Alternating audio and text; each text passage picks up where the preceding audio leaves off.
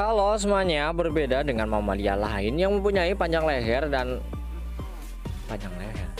Halo semuanya, berbeda dengan mamalia yang lain mempunyai panjang dan lebar tubuh yang seimbang. Jerapah justru memiliki tubuh kurus dan memiliki leher yang panjang menjulang. Dan ilmuwan baru saja sukses mengungkap cara leher panjang jerapah itu terbentuk hingga sampai setinggi ini. Dan begini ceritanya, akhirnya terkuak. Begini cara jerapah dapat leher panjang menjulang. Berdasarkan penelitian dari 71 fosil dari 9 spesies nenek moyang jerapah dan jerapah modern, ilmuwan dari New York Institute of Technology baru-baru ini menyatakan bila kemunculan leher panjang jerapah bermula sejak 16 juta tahun yang lalu. Menariknya, saat itu keluarga jerapah belum ada. Kok bisa? Jadi nenek moyang pertama jerapah itu bukan keluarga jerapah. Nenek moyang jerapah itu bukan jerapah.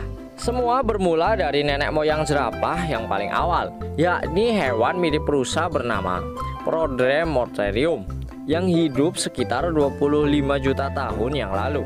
Prodromortherium lalu berevolusi menjadi Chantumerik. 16 juta tahun yang lalu, leher Chantumerik masih mirip rusa, sudah menunjukkan tanda-tanda akan mengalami perpanjangan. Baik Prodromortherium dan Chantumerik sendiri oleh ilmuwan tidak diklasifikasikan dalam keluarga jerapah alias nenek moyang, tapi masih jauh. Keluarga jerapah pertama kali muncul. Keluarga jerapah baru muncul sekitar 7 juta tahun yang lalu, ditandai dengan kemunculan Samotherium yang juga evolusi dari Chantumerik. Samotherium adalah kerabat jerapah dengan leher cukup panjang yang kini sudah punah.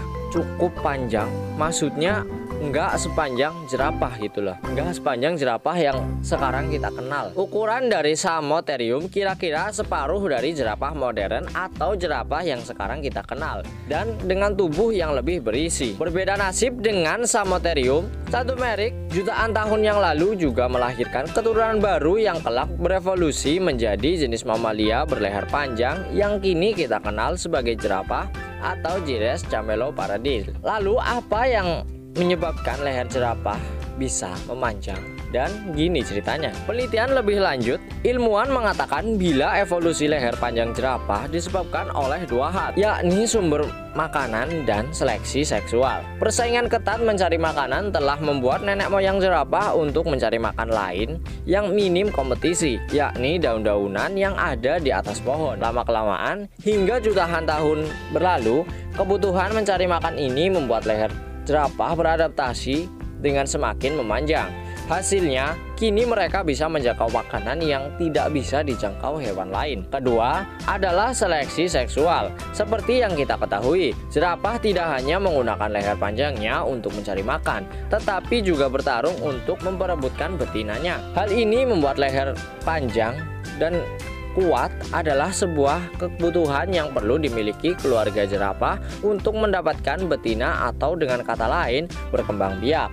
Imbasnya, hanya jerapah-jerapah dengan leher panjang yang berhasil kawin dan melahirkan keturunan yang berleher panjang juga. Dan begitulah tentang sejarah jerapah dari nenek moyang hingga sekarang jerapah yang kita kenal dengan memiliki leher yang tinggi. Bagaimana menurut kamu? Silahkan tinggalkan jejak di kolom komentar. Akhir kata saya ucapkan terima kasih kepada teman-teman yang sudah menyempatkan untuk menonton dan mendengarkan cerita ini sampai dengan selesai.